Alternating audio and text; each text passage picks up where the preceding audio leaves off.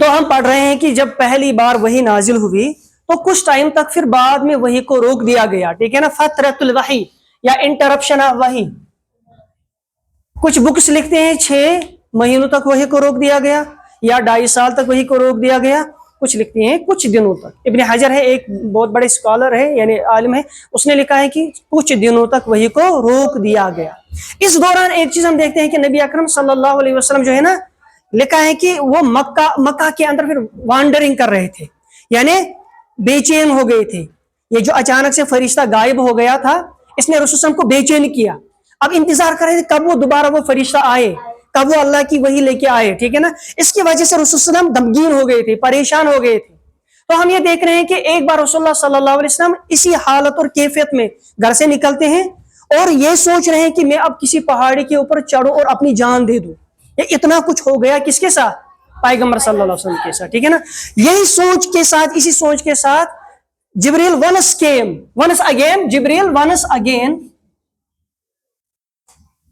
once again appeared in angelic form, in his angelic form. تو اسی دوران جبریل علیہ السلام جو ہے نا وہ اپنی اصل شکل میں آتے ہیں، ظاہر ہوتے ہیں، اپیئر ہوتے ہیں. ہارزنز میں زمین اور آسمان کو وہ کور کرتے ہیں، ٹھیک ہے نا. رسول صلی اللہ علیہ وسلم خود کہتے ہیں کہ میں نے آسمان کی طرف دیکھا، ایک آواز سی آ گئی، جب میں نے نگاہیں اٹھائی تو وہی فرشتہ جو مجھے غار حرا میں ملا تھا، میں نے اسی کو دیکھا، ٹھیک ہے نا. اسی کو دیکھا، اپنی شکل اس نے پورے آسمان اور زمین کو جیسے کور کیا ہوا تھا، ٹھیک. تو رسول اللہ صلی اللہ علیہ وسلم جب انہوں نے اس حالت میں کس کو پایا؟ جبریل علیہ السلام کو پایا. تسلی بھی ہوئی لیکن پریشان بھی ہوئی، غمگین بھی ہوئے، ڈرے. اور ڈر کے مارے رسول اللہ صلی اللہ علیہ وسلم جو ہے نا، he rushed back to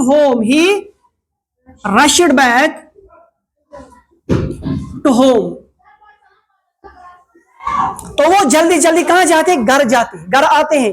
تو گھر میں حضرت خدیجہ رضی اللہ تعالی عنہا سے کہتے ہیں کہ خدیجہ مجھے wrap me with a garment, یعنی کوئی کپڑا اگر ہے تو اسے مجھے اڑا دو، ٹھیک ہے نا. پھر رسول اللہ صلی اللہ علیہ وسلم اسی حالت میں ہوتے ہیں. جبریل once again came down with a second revelation، ٹھیک ہے نا. تو پھر دوبارہ جبریل سیکنڈ وحی کے ساتھ آتے ہیں. تو دوبارہ وحی جو ہے نا پھر نازل کی جاتی ہے. اس وقت دوسری وحی جو لائی جاتی ہیں وہ 7 verses of سورہ المدثر. سورہ المدثر، ٹھیک ہے نا. یعنی یہ 7 آیات اب دوسری وحی کے طور پہ رسول اللہ صلی اللہ علیہ وسلم کو اس وقفے کے بعد جو یہ 7 آیات نازل کی جاتی ہے، ٹھیک ہے نا. لیکن اس کے بعد ایک چیز ہمیں پڑھنی ہے اب، وہ یہ پڑھنی ہے کہ ہمیں پتہ ہی ہے کہ رسول اللہ صلی اللہ علیہ وسلم کو جب نبی بنایا جاتا ہے تو یہاں سے نبی بننے کے ساتھ ہی مکی زندگی کا دور سٹارٹ ہوتا ہے. مکن لائف کا جو پیریڈ ہوتا ہے نا وہ سٹارٹ ہوتا ہے. تو یہ جو مکن لائف آف پروفٹ تھا، مکن لائف آف پروفٹ صلی اللہ علیہ وسلم، ٹھیک ہے نا، it spans over 13 years. It spans over 13 years. 13 سال تک رسول اللہ صلی اللہ علیہ وسلم مکہ میں بحیثیت نبی کام کرتے ہیں، بحیثیت پیغمبر کام کرتے ہیں. And it was from 610 to 622 CE.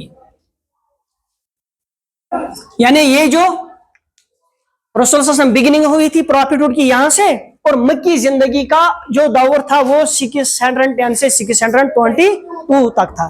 13 سال بنتے ہیں، ٹھیک ہے نا. لیکن ایک چیز یاد رکھنا ہے کہ یہ جو مکہ لائف آف پیریڈ تھا، مکی زندگی کا جو دور ہے نا، ہماری بکس لکھتے ہیں کہ اس مکی دور کو اب یہ 4 فیزز میں ڈیوائیڈ کرتے ہیں. 4 فیزز میں ڈیوائیڈ کرتے ہیں. 4 phases of Meccan life, 4 phases of Meccan period or Meccan life of Prophet صلی اللہ علیہ وسلم.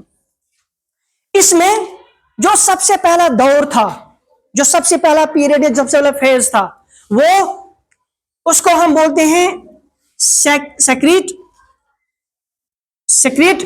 دعویٰ اور پرائیویٹ دعویٰ یا انویٹیشن، پرائیویٹ انویٹیشن. پہلے پہلے رسول اللہ صلی اللہ علیہ وسلم نے جب ان کو نبی بنایا گیا، انہوں نے اس دعوت کو محدود رکھا، اسلام کے اس پیغام کو محدود رکھا، یعنی پبلکلی وہ لوگوں کے سامنے نہیں آئے۔ پہلے خالی رسول اللہ صلی اللہ علیہ وسلم نے ابتدائی 3 سالوں تک، کتنے سالوں تک؟ It spans over 3 years، 3 years، یعنی جو پہلا دور تھا مکی زندگی کا پہلا فیز تھا، یہ 3 سالوں پہ محیط تھا، 3 سالوں تک رہا۔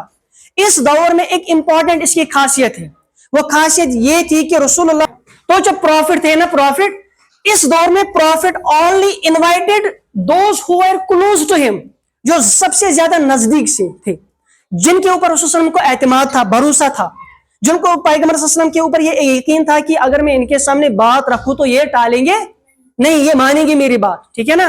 تو پہلے یہ اس دور میں رسول اللہ صلی اللہ علیہ وسلم جو یہ دعوت تھی نا، خالی کن کے سامنے رکھی؟ کلوز پیپل، کلوز پیپل، جیسے فرینڈس تھے، دوست تھے، یا وہ جن کے اوپر رسول اللہ صلی اللہ علیہ وسلم کے اوپر جن کا یہ اعتماد تھا کہ یہ سچا ہے، سب سے زیادہ سچا، یہ کبھی جھوٹ نہیں بولے گا۔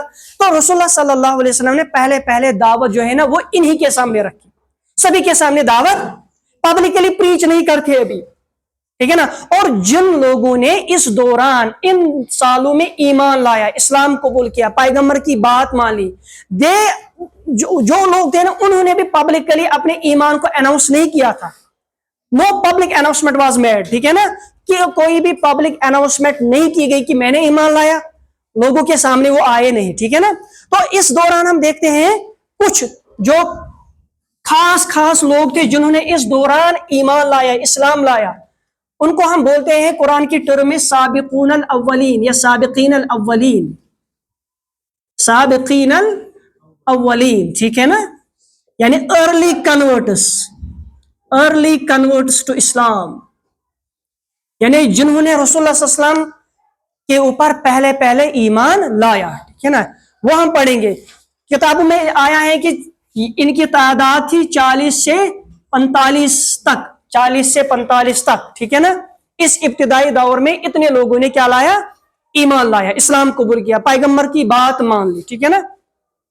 تو اس میں سے ہم جانتے ہیں کہ پہلا جو ایمان لایا وہ تھی حضرت خدیجہ رضی اللہ تعالی عنہا، حضرت خدیجہ رضی اللہ تعالی عنہا، ٹھیک ہے نا۔ یہ سب سے پہلے جنہوں نے رسول صلی اللہ علیہ وسلم کے اوپر ایمان لایا۔ جب اس نے ایمان لایا پیغمبر صلی اللہ علیہ وسلم کے اوپر، پھر ہم یہ بھی جانتے ہیں کہ انہوں نے اس کو لیا تھا اپنے چچیرے بھائی کے پاس، ورقہ بن نوفل، اور دوسرے کہتے ہیں کہ ورقہ بن نوفل جو تھا وہ دوسرا تھا جنہوں نے رسول اللہ صلی اللہ علیہ وسلم کی پروفٹ ہوڈ کو افرم کیا، اس کو تسلیم کیا۔ تبھی جب رسول صلی اللہ علیہ وسلم کو لیا گیا تھا اس کے پاس حضرت خدیجہ نے، تو سارا کچھ جب بتایا تھا اس کو، تو اس نے بولا تھا کہ یعنی آپ کاش میں زندہ ہوتا جب آپ کو آپ کی قوم آپ کے وطن سے نکالے گی، ٹھیک ہے نا۔ تو وہاں سے رسول صلی اللہ علیہ وسلم نے کہا کہ تو کیا میری قوم مجھے وطن سے نکالے گی؟ ایسا بھی ہو جائے گا؟ اس نے کہا ہاں، جس نے بھی ایسا دعویٰ کیا کہ میں خدا کا پیغمبر ہوں، لوگوں کی گائیڈنس کے لیے چنا گیا ہوں، ہدایت کے لیے چنا گیا ہوں، تو لوگوں نے ان کے ساتھ ایسا ہی طریقہ اپنایا، ٹھیک ہے نا۔ تو کاش میں اس وقت زندہ ہوتا، ٹھیک ہے نا، میں آپ کا بھرپور ساتھ دیتا۔ تو وہاں سے ہمیں پتہ چلتا ہے کہ اس نے بھی ایمان لایا تھا رسول اللہ صلی اللہ علیہ وسلم کی ذات پر۔ اور تیسرے جنہوں نے رسول صلی اللہ علیہ وسلم کی ذات پر اس دور میں ایمان لایا وہ تھے ابو بکر رضی اللہ تعالی عنہ۔ کون تھے؟ ابو بکر رضی اللہ تعالی عنہ۔ ہم یہ جانتے ہیں کہ ابو بکر رضی اللہ تعالیٰ، اس کو سپریٹلی بھی پڑھیں گے، لیکن اس کے بارے میں جتنا پریز کیا، جتنی تعریفیں کی، اس کی کنورجن کی رسول اللہ صلی اللہ علیہ وسلم کی، اتنی تعریفیں کسی کی بھی نہیں کی۔ رسول صلی اللہ علیہ وسلم خود کہتے ہیں جب وہ معراج سے واپس آئے، جب میں نے معراج کا واقعہ لوگوں کے سامنے رکھا تو بہت سارے لوگ تھے جنہوں نے پہلے اس پہ بلیو نہیں کیا، کچھ ڈاؤٹس تھے، لیکن ابو بکر واحد ایسے تھے جنہوں نے ہیزیٹیشن کے بغیر رسول اللہ صلی اللہ علیہ وسلم کو، یعنی مانا اگر رسول صلی اللہ علیہ وسلم ایسا کہتے ہیں تو وہ سچ کہتے ہیں، میں مانتا ہوں، ٹھیک ہے نا، یہاں سے کوئی کوشچن ریز نہیں کیا تھا۔ تبھی اسی کے بارے میں ابو بکر صدیق رضی اللہ تعالیٰ عنہ کے بارے میں آتا ہے، کیا آتا ہے کہ رسول صلی اللہ علیہ وسلم نے فرمایا، کیا فرمایا کہ اللہ تعالیٰ نے فرمایا، یعنی اللہ کا خلیل، اللہ نے اپنا خلیل چنا ہے، ٹھیک ہے نا، اللہ کا خلیل، مجھے خدا نے اپنا خلیل چنا، خلیل یعنی دوست بنایا، اسی طریقے سے جس طرح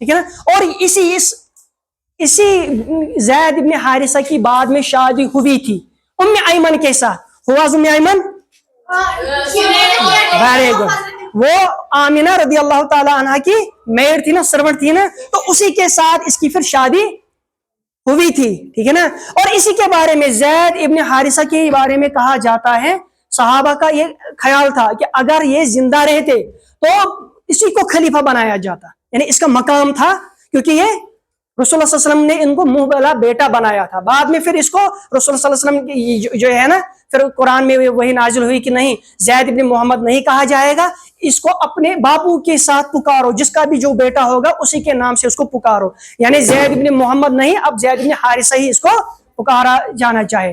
اور بعد میں ہم دیکھتے ہیں کہ یہ وہ زید ابن حارثہ ہے رضی اللہ تعالیٰ عنہ جو جنگ موطا میں پھر شہید ہوئے.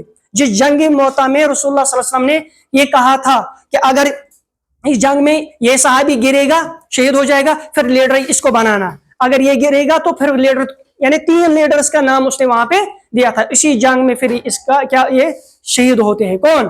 پھر خالد ابن ولید جو ہے نا, وہ ساری سٹوری رومنز کے ساتھ یہ جنگ ہوتی ہے, پھر ساری سٹوری جو ہے نا پلٹا دیتے ہیں. کون؟ حضرت خالد ابن ولید. اسی کی وجہ سے پھر وہ ساری جنگ جیتی جاتی ہے. ٹھیک ہے.